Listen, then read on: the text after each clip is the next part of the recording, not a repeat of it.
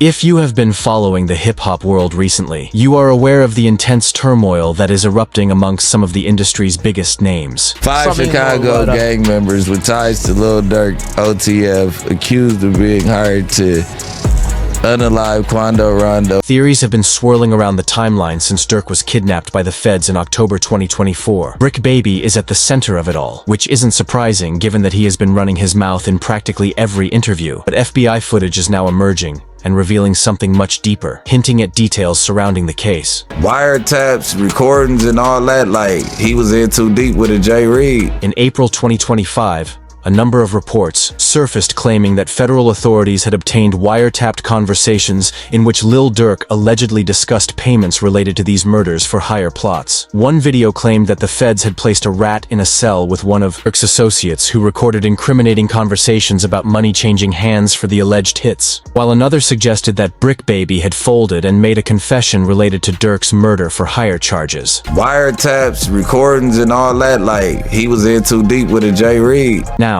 the real question is whether he actually snitched. Court docs pointed out a dude identified only as AJ, who got knocked for possession of a stolen murder vehicle, later sent to Illinois River Correctional Center. According to the paperwork, the FBI put a jailhouse informant in AJ's cell who recorded conversations where AJ allegedly spilled all the beans about planning and executing a murder, plus details on how the bread was distributed airward. This is mega problematic because it supposedly links Durk directly to paying for bodies, critical element in proving the conspiracy charges. Conversations also allegedly name-dropped someone called Marley, who was described as having major involvement in the homicide. It's kind of first-person testimony. It's the stuff that gets conviction rates sky high. Leaked info also suggests federal authorities have text messages directly connecting Durk to these alleged murder plots, including discussions about payments. If these texts are legit, could be the smoking gun prosecutors need to prove Durk was the shot caller. How does Bricc Baby fit into all this chaos? That's the million-dollar question that's got the internet in a chokehold before we dive into all that tea. Let's get everybody on the same page about what Durk is actually facing. The F-Boss is currently on ice held without bail at the MDC in Los Angeles, facing charges that could have him cooked for the rest of his life. Talking conspiracy to commit murder for hire, use of interstate facilities to commit murder for hire resulting in death, and weapons charges that would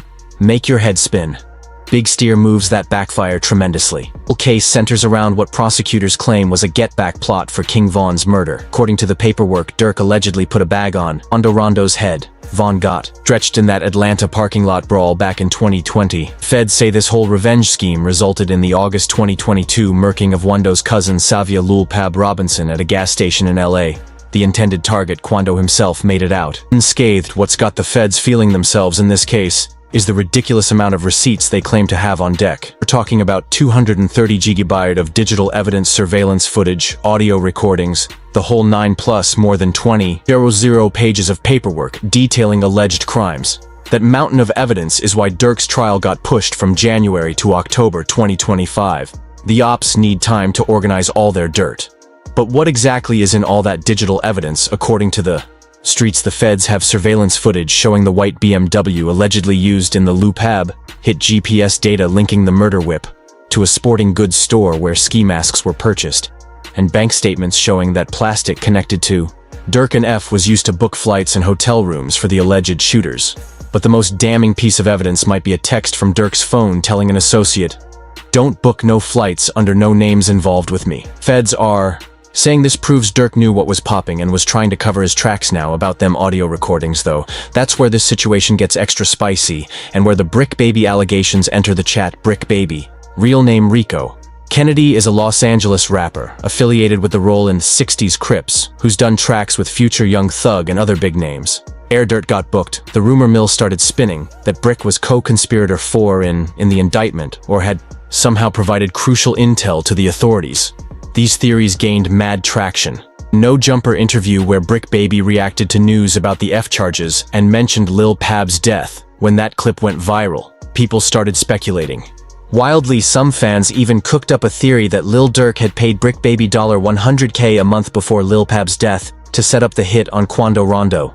Though there's no evidence backing this up, Bricc has been adamant that he's not involved in a Vlad TV interview. He flat out denied being co-conspirator 4, saying he wouldn't be out here freely speaking on the situation if he was part of the indictment. He emphasized that his relationship with Quando Rondo was minimal. They'd only spoken a few times, and he never gave up any locations or sensitive info. I wouldn't be right here doing all this first and foremost if I was co-conspirator number 4. Me and Quando Rondo, when this happened, me and Quando Rondo had officially talked 3 to 4 times. In a follow-up interview, Bricc Baby went into great detail to refute any indication that he was being questioned by authorities or collaborating with them, explaining that he was stressed out and self-medicating because of a federal case involving his associates. There was a noticeable 8-hour or more gap in our communication, which I found intriguing. Okay, so after the show and I see they all got wrapped up, I popped his head and pulled the line. I was asleep when y'all was doing that. You remember? Really? I woke up at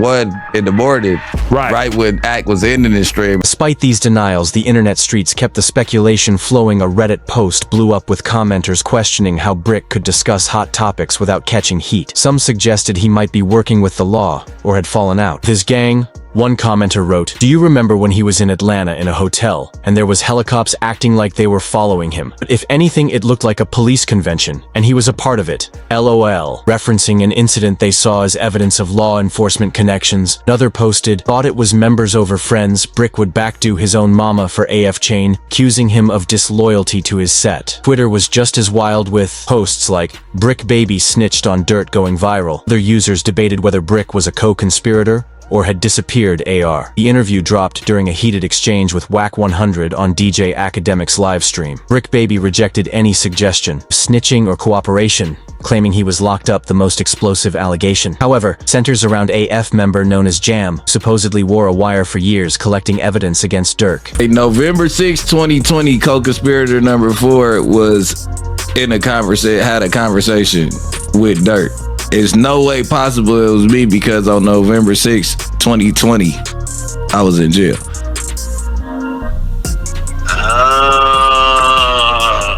You get what I'm saying? Multiple sources identified Jam as the real rat, with reports claiming he wore a wire-gathered evidence about the murder-for-hire plot, and even dropped a song subtly implicating Dirk. Additional footage allegedly shows Jam moving suspiciously. Lending cred to these claims, Jam doesn't match any of the named co-defendants, suggesting he might be cooperating as a witness instead. According to one source in the leaked information, AJ got booked in March 2023. Feds approached him, and following that conversation, they had enough to build a RICO case against this. Supposedly triggered a domino effect, with multiple people flipping and providing details about who ordered the hits, who was present, who took the trip, who paid for it, all basically giving the feds everything they did to build an airtight case. Leaked info also suggests Dirk wasn't blindsided by the arrests. According to one account, Lil Durk wasn't caught by surprise. He already knew that Jam had snitched. As a matter of fact, Lil Durk was expecting everybody to get arrested at his birthday bash concert in Chicago. This would explain why Dirk allegedly had multiple escape routes planned when he got snatched at Miami International Airport. What makes these allegations so devastating is that they suggest the feds have secured first-hand accounts of criminal activity, exact type of evidence that conceal a defendant's fate at trial. Throughout all this, Dirk's legal team,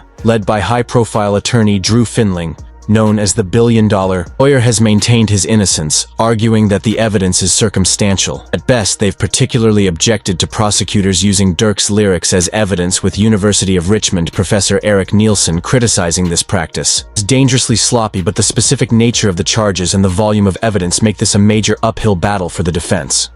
One thing is clear: the alleged leaks have dramatically changed how people view this case. What was once seen as possibly weak evidence now looks like part of a comprehensive body of proof that could be extremely difficult for Dirk's team to counter. How did Dirk's situation get so hairy? Well, let's get into the finer details of his case, breaking down Dirk's legal drama to really grasp how deep in the mud Lil Durk is right now and why these snitching allegations hit so hard. We got to rewind and examine how the voice ended up in this dangerous position. Dirk Devontae Banks came up as a street rapper in Chicago's drill scene and leveled up to become a Grammy-winning artist who could move between hardcore trap and mainstream pop collaborations. To climb from the trenches to the top of the charts, looked like the ultimate come-up story, till it all came crashing down on October 24th, 2024. That's when U.S. Marshals grabbed Dirk at Miami International Airport, sending shockwaves through the culture. He's locked up. I got the whole mugshot. No, no. Entire pending trial.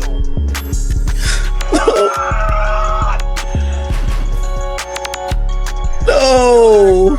According to the feds, Dirk wasn't just trying to catch a commercial flight, was attempting to ghost the country completely. Investigators claimed Dirk had booked a PJ to Italy, in a particularly suspicious flex, also secured one-way commercial flights to Switzerland via New Jersey and to Dubai via Qatar, all for the same day. This triple escape plan had the feds convinced Dirk was a major flight risk, not someone confident in their innocence. What had Dirk allegedly trying to skip town so urgently on November 8, 2024? A federal grand jury indictment hit him with conspiracy to commit murder for hire use of interstate facilities, to commit murder for hire resulting in death, and using, carrying, and discharging firearms. In furtherance of a crime of violence resulting in death, these were from what prosecutors describe as a calculated revenge plot targeting Quando Rondo Air King Von's killing. In November 2020, the Fed paperwork gives a detailed timeline of the alleged conspiracy. According to prosecutors, Dirk placed a bag on Quando Rondo's head, offering bread and opportunities within F to anyone willing to slide for Vaughn. He claimed 5 men associated with F. Kayvon London Grant, aka Cuz DeAndre Dantrell Wilson, aka F. Diddy Keith Jones, aka Flocka, David Brian Lindsay, aka Brown Eyes, and Asa Houston, aka F. Boogie, stepped up to handle business on August 18, 2022. These individuals allegedly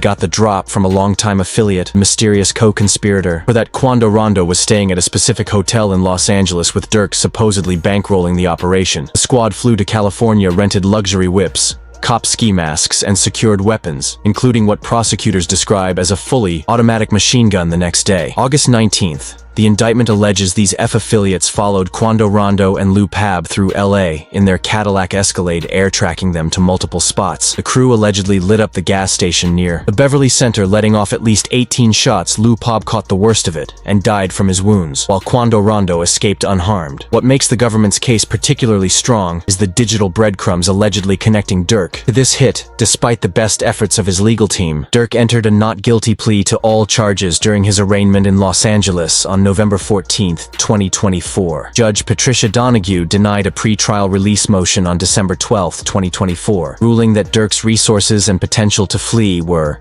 too risky. Investigators also cite GPS data showing the murder vehicle at a sporting goods store where ski masks were CPP'd, as well as surveillance footage of the victims being followed before the shooting. As a result, Dirk's legal team offered a substantial bond package of $3 million in equity from 2 Georgia properties and $1 million cash from Sony Music plus round-the-clock security.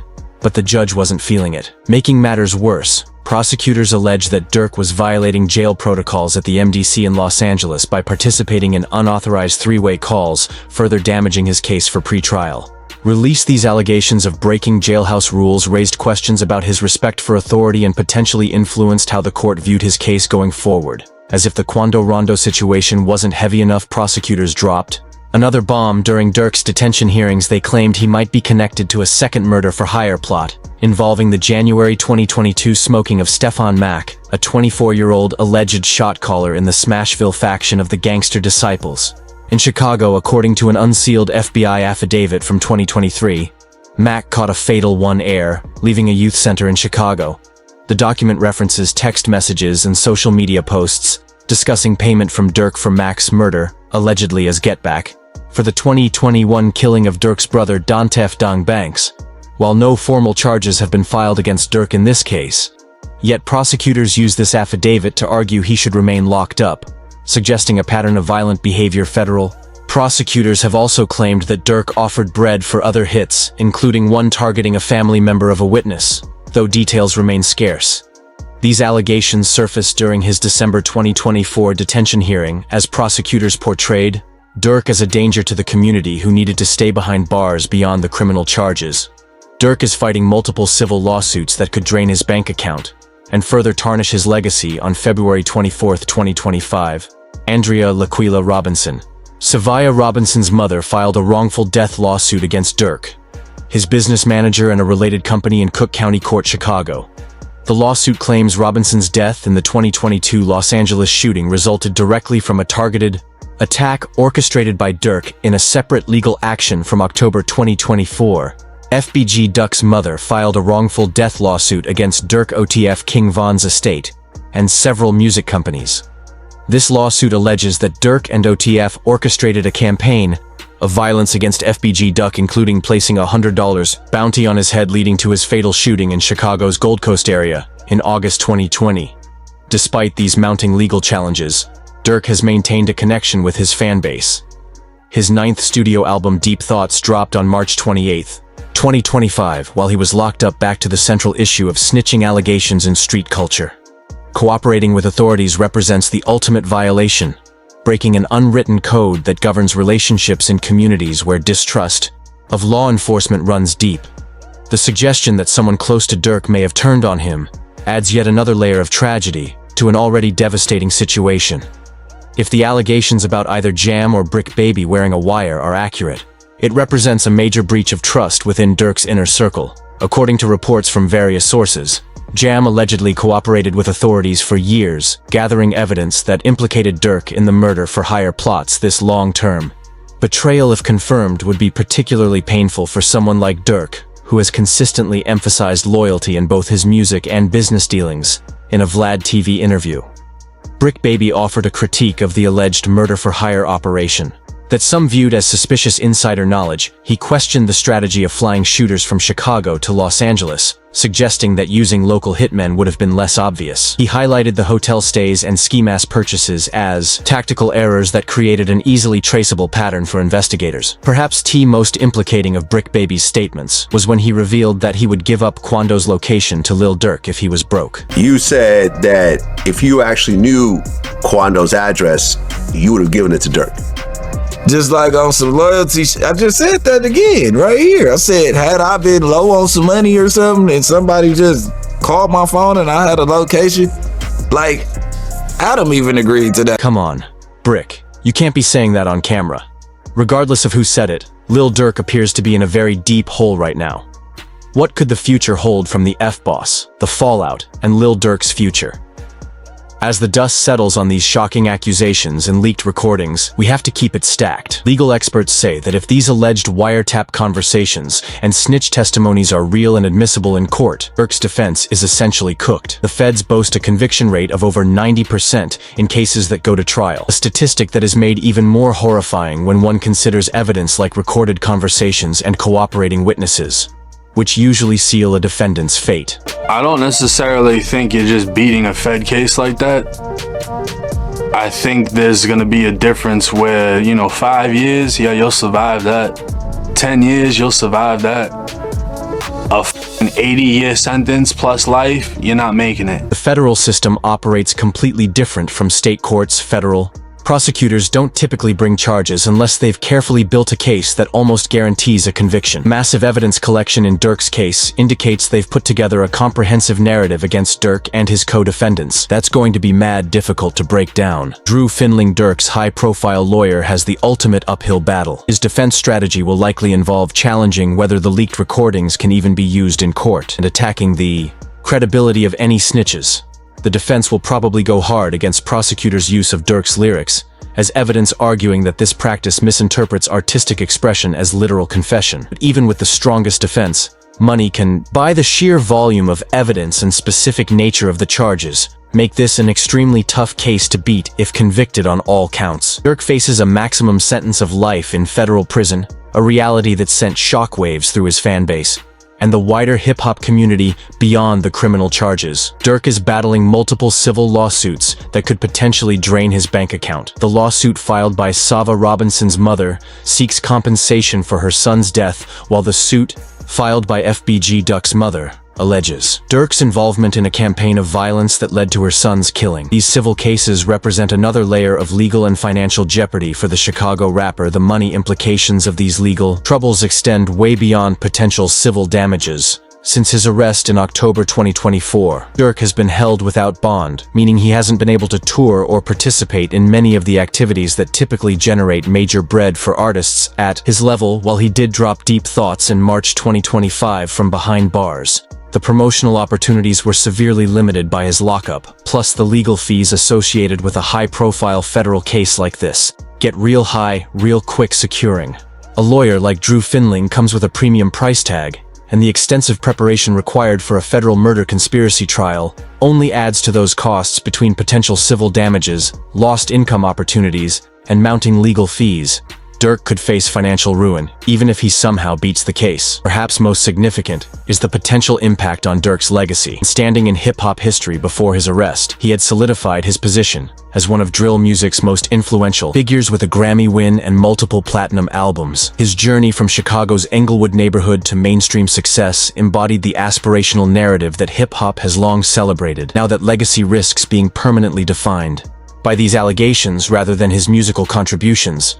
If convicted, Durk would join a long list of talented artists whose careers were derailed by legal troubles from Bobby Shmurda to Max B to C murder. Like many of those cases, however, the charges against Durk involve alleged orchestration of violence rather than direct participation. The situation has drawn inevitable comparisons to Young Thug's RICO case in Atlanta, where prosecutors allege that the Young Slime Life YSL collective operated as a criminal enterprise under Thug's leadership.